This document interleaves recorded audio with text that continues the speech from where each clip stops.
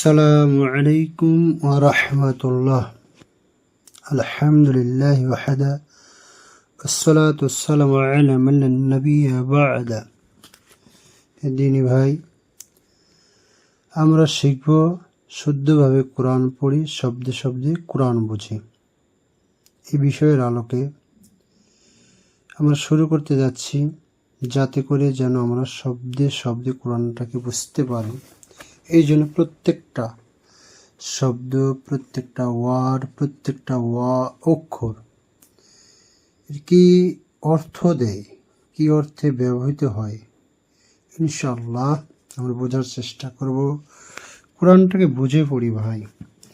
কোরআন যদি না পড়ি, তাহলে কোরআন আমাদেরকে হেদায়েত দেবে না। আল্লাহ বলছেন হুদাল লিন্নাস। এই কোরআন এসেছে মানুষের হেদায়েতের জন্য। এই কোরআন এসেছে মুত্তাকিনদের হেদায়েতের জন্য। যদি আমরা কোরআন বুঝে না পড়ি, তাহলে আমরা কিভাবে হেদায়েত পাব? আমি ইংরেজি বুঝি না, তাহলে ইংরেজি খবর যারা পড়তেছে শুধু শোনাই হবে, না বোঝার কারণে কোথায় কী হয়েছে এটা আমরা বলতে পারি না। ঠিক অনুরূপ আরবি আমাদের মাতৃভাষা নয়, আরবি আমরা বুঝি না।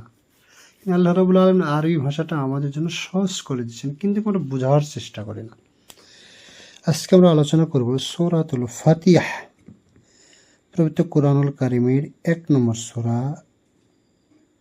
উক্ত সূরাতে আয়াত রয়েছে 60টি, শব্দ রয়েছে 25টি, রুকু রয়েছে 1টি এবং অক্ষর রয়েছে 133টি। উক্ত সূরার শুরুতে মহান আল্লাহ রাব্বুল আলামিন বলতেছেন, আগে আমরা উচ্চারণ সঠিক করার চেষ্টা করি। বিসমিল্লাহির রহমানির রহিম। বিসমি, এখানে বাটা হচ্ছে হরফে জার, বা হচ্ছে হরফে জার, আর এই বা আসার কারণে শেষের অক্ষরে জের হয়েছে। বা আসার কারণে, বি আসার কারণে শেষের অক্ষরে কি হয়েছে? জের হয়েছে। আর বিসমি শব্দটি পবিত্র কোরআনুল কারীমে 3টি জায়গায় এসেছে। হুবহু বিসমি শব্দটি পবিত্র কোরআনুল কারীমে কয়টি জায়গায় এসেছে ভাই? 3টি জায়গায় এসেছে। 1 সূরাতুল ফাতিহা 1 নম্বর আয়াত, 2 সূরাতুল হুদ 11 নম্বর সূরা 41 নম্বর আয়াত, 3 সূরাতুন নামল 27 নম্বর সূরার 30 নম্বর আয়াত। এই 3টি জায়গায় বিসমি শব্দমূলে শব্দটি এসেছে। এছাড়াও বি, এটা হচ্ছে হরফে জার। এটা ইসমের পূর্বে যদি আসে, তাহলে সেই ইসমটাকে কি দেয়? জের দেয়। তাহলে বি শব্দটি পবিত্র কোরআনুল কারীমে 510 বার এসেছে, যার অর্থ হচ্ছে দ্বারা, যার অর্থ হচ্ছে সাথে। বিসমি দ্বারা। ইসমুন, এর মূল শব্দ ছিল ইসমুন, এক বচন, বহু বচন আসমাউন। ইসমুন এবং আসমাউন, ইসমুন এবং আসমাউন শব্দটি পবিত্র কোরআনুল কারীমে 36 বার এসেছে। আর বিসমি পবিত্র কোরআনুল কারীমে 3 বার এসেছে। তাহলে বিসমি 3 এবং ইসমুন এবং আসমাউন 36, এই মোট পবিত্র কোরআনুল কারীমে 39 বার এসেছে। তাহলে বিসমি শব্দের অর্থ হচ্ছে ইসম মানে নাম। ইসম মানে নাম। নামের বহুবচন হচ্ছে আসমাউন। নামের বহুবচন আসমাউন। তাহলে বিসমি নামে, কার নামে ভাই? কার নামে? তাহলে নামে অথবা নাম দ্বারা। বিদা মানে দ্বারা যদি হয়, তাহলে ইসম মানে নাম, তাহলে নামের দ্বারা বা নাম দ্বারা।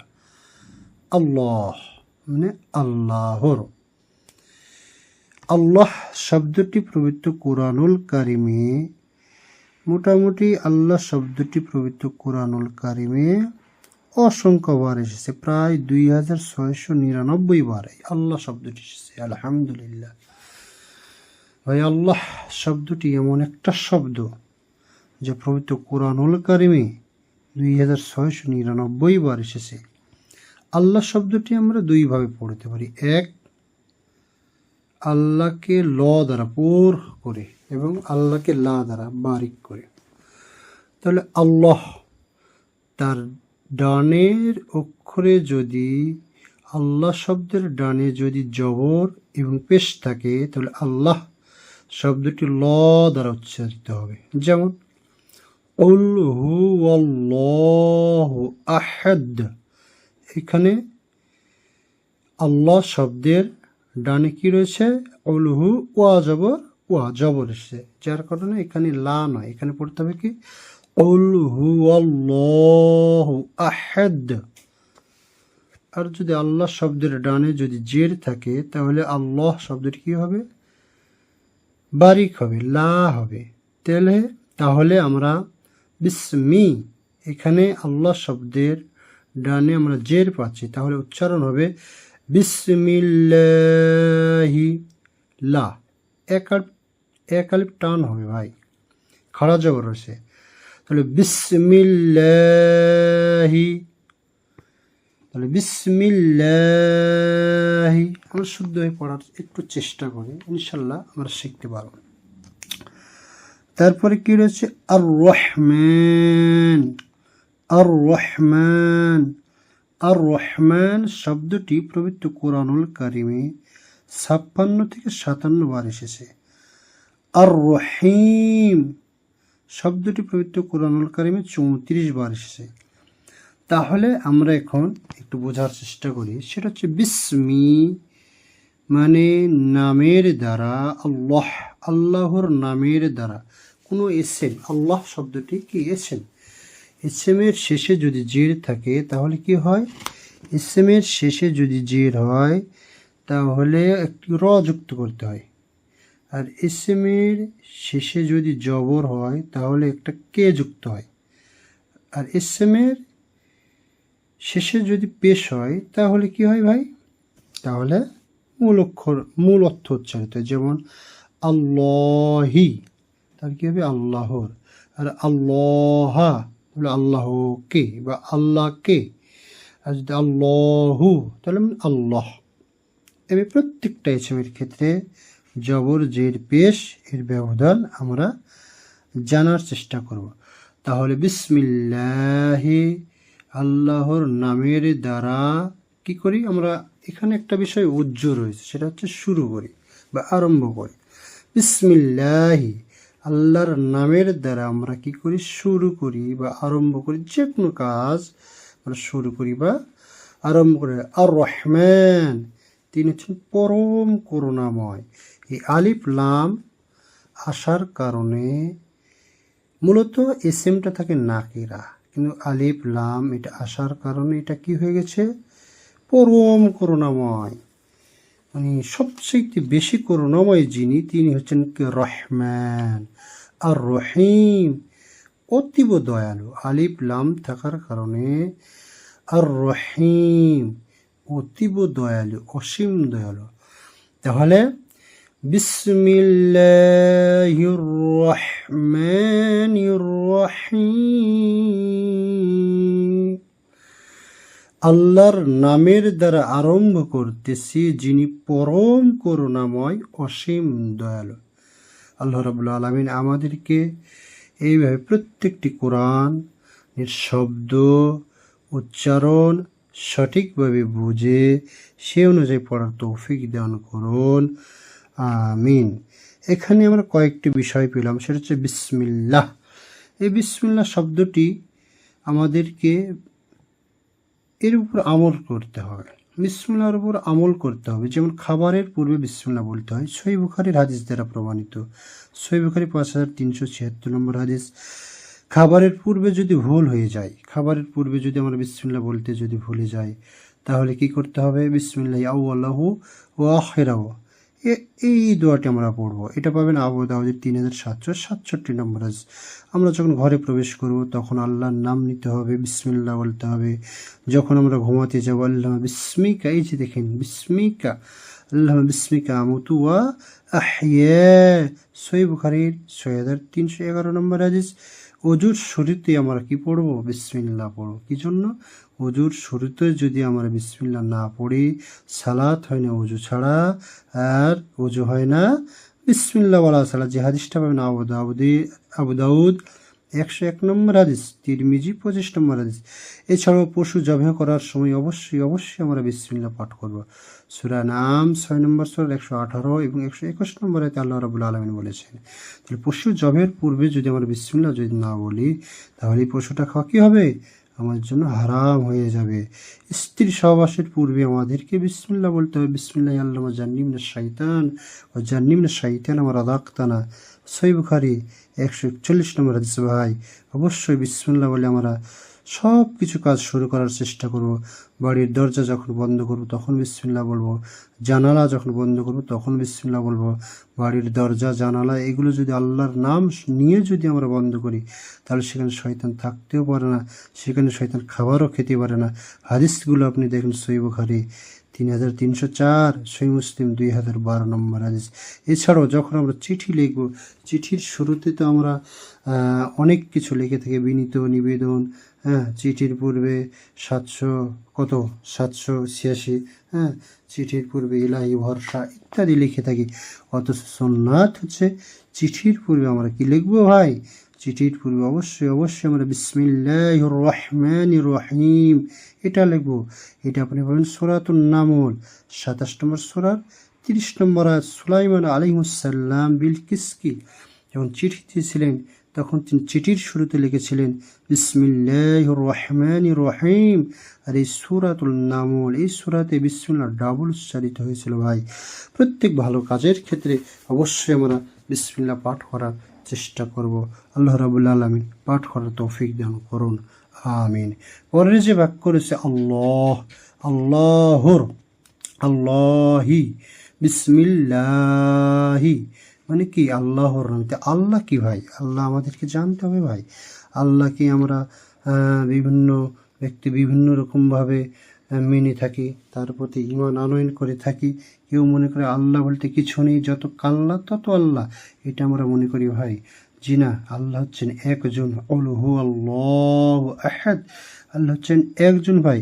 আল্লাহ রাব্বুল আলামিনের আকার আছে কিনা, তিনি নিরাকার কিনা, এই নিয়ে আমাদের মধ্যে অনেক মতানক্য রয়েছে। অথচ ঈমানের প্রথম যে ধাপ হচ্ছে সেটা হচ্ছে আমানতু বিল্লাহ, আল্লাহর প্রতি ঈমান আনয়ন করা। অথচ সেই আল্লাহ সম্পর্কে আমরা কোরআন থেকে বলতে পারি না। আল্লাহ রাব্বুল আলামিনের হাত রয়েছে, এটা আপনি পাবেন সূরাত 48 নম্বর সূরার 10 নম্বর আয়াতে পাবেন, 5 নম্বর সূরার 64 নম্বর আয়াতে পাবেন। এছাড়া আমরা সূরা মুলকে দেখি তাবারাকাল্লাযী বিয়াদিহিল মুলক। তাহলে আল্লাহ, এদেরকে আমাকে চিনতে হবে, আল্লাহকে আমাদেরকে বুঝতে হবে, যিনি আমাদের রব, যিনি আমাদের পালন কর্তা, যিনি আমাদের রিজিক দাতা। আল্লাহ সম্পর্কে যদি আমাদের সঠিক ঈমান যদি না থাকে, তার সম্পর্কে যদি সঠিক জ্ঞান যদি না থাকে, তাহলে অবশ্যই ভাই আমরা পথভ্রষ্ট হয়ে যাব। আল্লাহর কাজ করে, আল্লাহর ইবাদত করে আমরা কখনই মজা পাবো না। তাহলে আল্লাহর হাত রয়েছে। আল্লাহর চেহারা সম্পর্কে 55 নম্বর সূরাতুর রহমান এর 27 নম্বর আয়াতে চেহারার কথা উল্লেখ করা হয়েছে ভাই। আল্লাহর চোখ সম্পর্কে 20 নম্বর সূরার 39 নম্বর আয়াত, এছাড়া 54 নম্বর সূরার 14 নম্বর আয়াত, এছাড়া আল্লাহর পাশ সম্পর্কে সূরাতুল কলাম 68 নম্বর সূরার 42 নম্বর আয়াতে আল্লাহ রাব্বুল আলামিন পায়ের কথা বলা হয়েছে। ইয়াউমা ইউকশাফু আন শাক্কি ইউদউনা ইলা সুজুদি ফালা ইস্তাতিউন। কিয়ামতের দিন আল্লাহ রাব্বুল আলামিন পায়ের গোছাকে উন্মুক্ত করে সিজদা দিতে বলবেন, কিন্তু যারা দুনিয়াতে সালাত আদায় করেনি ভাই, তারা সেই দিন সিজদা দিতে পারবে না। আল্লাহর পানে সহিহ বুখারীতে 4919 নম্বর হাদিস রয়েছে, কিন্তু তার হাত রয়েছে, তার পা রয়েছে, তার মুখ রয়েছে, তার চেহারা রয়েছে, এটা কার মতো? এটা হচ্ছে তার মতো, তার সমকক্ষ কেউ নেই, তার সাথে কারো তুলনা হয় না। 42 নম্বর সূরার 11 নম্বর আয়াত এবং সূরাতুল ইখলাস এটা আমরা পাই ভাই, ওয়ালাম ইয়াকুল্লাহু কুফুয়ান আহাদ, আমার সমকক্ষ কেউ নেই ভাই। তাহলে এখানে আমরা বিসমিল্লাহর ব্যবহার জানলাম, আল্লাহ সম্পর্কে জানলাম, তারপরে আমাদের আর রহমান, তিনি হচ্ছেন পরম করুণাময়, কত যে করুণাময় তিনি। আমরা তার সব সময় তার নাফরমানি করতেছি, তার ইবাদত বন্দি করতেছি না, তার তিনি যেগুলো খাবার নিষেধ করেছেন সেগুলো খাবার আমরা ভক্ষণ করতেছি, সব ধরনের অন্যায়ের সাথে জড়িত হয়েছি। তারপরেও তিনি কখনো অক্সিজেন বন্ধ করেন নাই ভাই। তিনি হচ্ছেন পরম করুণাময়, অসীম দয়ালু। তিনি কতই না তার বান্দার প্রতি দয়ালু। হাজার অন্যায় করতেছে, হাজার পাপ করতেছে, তারপরেও তিনি পৃথিবীতে আমাদেরকে জীবিত রেখেছেন। তার দুনিয়াতে বাতাস দিয়ে, আলো দিয়ে আমাদেরকে দুনিয়াতে বেছে রেখেছেন। হে আল্লাহ, আমাদেরকে সঠিক পথে পরিচালিত করুন। আমিন। আল্লাহ, তুমি আমাদের ইবাদত বন্দিগুলো কবুল করুন। আমিন। আমি পবিত্র কোরআনুল কারিমের এই একটি আয়াত, যেটা আমরা সরল অনুবাদ বলে আমি শেষ করে দেব, ভাইয়েরা আপনার শেয়ার করে দেবেন, খুবই গুরুত্বপূর্ণ। তাহলে বিস্মি, বি হচ্ছে হরফে জার, ইসমুন থেকে বিস্মি মানে আল্লাহ নামে, নামে অথবা নামের দ্বারা, বি মানে দ্বারা, নামের দ্বারা, আল্লাহ আল্লাহর নামের দ্বারা। বিসমিল্লাহি উচ্চারণ হবে বিসমিল্লাহি, আল্লাহর নামের দ্বারা কি করতেছি আমরা শুরু করতেছি। আর রহমান, তিনি হচ্ছেন পরম করুণাময়। আর রহিম, তিনি হচ্ছেন অসীম দয়ালু। এই যে আলিফ লাম রয়েছে, এর ব্যবহার হচ্ছে মানে একটা বিষয়কে বেশি করার জন্য, এটা হচ্ছে মারিফাত, নির্দিষ্ট করার জন্য, এবং এর অর্থ আধিক্যতা বৃদ্ধির জন্যই আলিফ লাম যুক্ত করা হয়। তাহলে আমরা শুদ্ধভাবে তেলাওয়াত করি, বিসমিল্লাহির রহমানির রহিম। তাহলে অর্থ কি ডালাই পরম করুণাময়, অসীম দয়ালু আল্লাহর নামে, আল্লাহর নামের দ্বারা আমরা শুরু করতেছি। আল্লাহ রাব্বুল আলামিন আমাদেরকে শুদ্ধভাবে কোরআন পড়ে শব্দে শব্দে কোরআন বোঝার তৌফিক দান করুন। আমিন। সাল্লাল্লাহু আলাইহি ওয়াসাল্লাম। আখিরি দাওয়ানা আলহামদুলিল্লাহি রব্বিল আলামিন। ভাইরা, আপনারা ভিডিওটা শেয়ার করে দিবেন এবং আমার চ্যানেল থেকে দেখলে সাবস্ক্রাইব করবেন, এবং ফেসবুক থেকে যদি আপনি পেজ থেকে দেখেন তাহলে অবশ্যই ফলো করবেন।